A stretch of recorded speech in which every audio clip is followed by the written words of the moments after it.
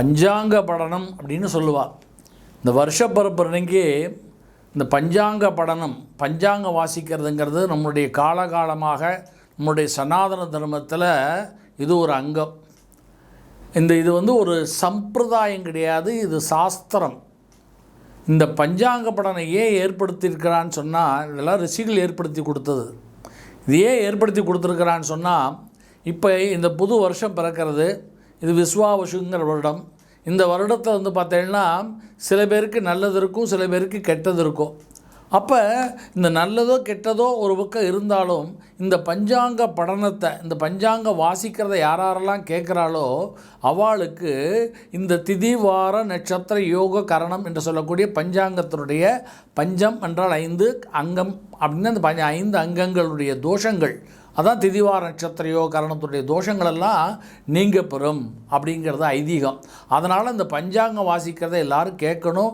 கேட்டாச்சுன்னா அவளுக்கு தீய பலன்கள் கெடுபலன்கள் சொல்லியிருந்தால் கூட அது கூட கேட்டதுனால நிவர்த்தி ஆகுது. சிரவணம் பண்ணால், அதாவது கேட்டால் இந்த பலன்கள், இந்த கெட்ட பலன்களாக நிவர்த்தி ஆகிரும்.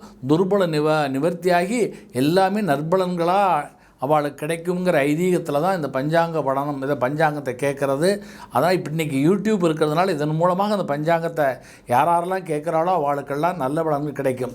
பொதுவாக அந்த பஞ்சாங்கம் சொல்கிறதுல 5 அங்கங்கள் சொல்லியிருக்கோம் இல்லையா, திதி வார நட்சத்திர யோக கரணம். இந்த திதிங்கிறது பார்த்தீங்கன்னா அந்த திதியினுடைய பலனை கேட்டால் ஐஸ்வர்யம் பெருகும். இந்த வாரத்தினுடைய பலனை கேட்டால் திதி வாரம் ஆயுள் விருத்தியாகும். அடுத்து நட்சத்திரத்தினுடைய பலனை கேட்டால் பாவ விமோச்சனமாகும். அடுத்து யோகத்தினுடைய பலனை கேட்டால் ரோக நிவர்த்தியாகும். அடுத்து கரணத்தினுடைய பலனை கேட்டால் காரிய சித்தியாகும். இவ்வாறு 5 அங்கங்களுக்கும் 5 பலன்கள். அதனால தான் பொதுவாக நம்ம 4 நட்சத்திரங்கள் பார்க்கும்பொழுது, பஞ்சாங்கத்தை பார்க்கும்போது இன்றைக்கி என்ன திதி, என்ன யோகம், என்ன கரணம், என்ன வாரம் எல்லாம் பார்க்குறோம் இல்லையா.